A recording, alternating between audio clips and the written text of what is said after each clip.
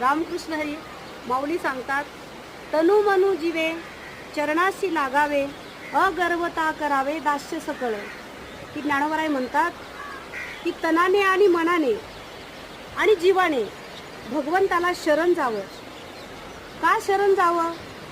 की जेणेकरून शरण गेल्यावर आपल्या जीवनातील दुःखाची निवृत्ती होईल. मग ते कसं शरण जावं? की गर्व न करता शरण जावं. अगर्वता करावे दास्य सकळ.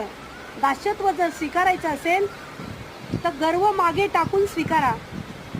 तुमच्याकडे गर्वच नसेल, गर्व मागे टाकला तर माझे ज्ञानोबराय अगर्वपणाने तुम्ही जर माझ्या माऊलीकडे जाल, ज्ञानोबरायांकडे जाल, तर तुमचं जीवन सफल झाल्याशिवाय राहणार नाही आणि तुम्हाला माऊली पदरात घेतल्याशिवाय राहणार नाही.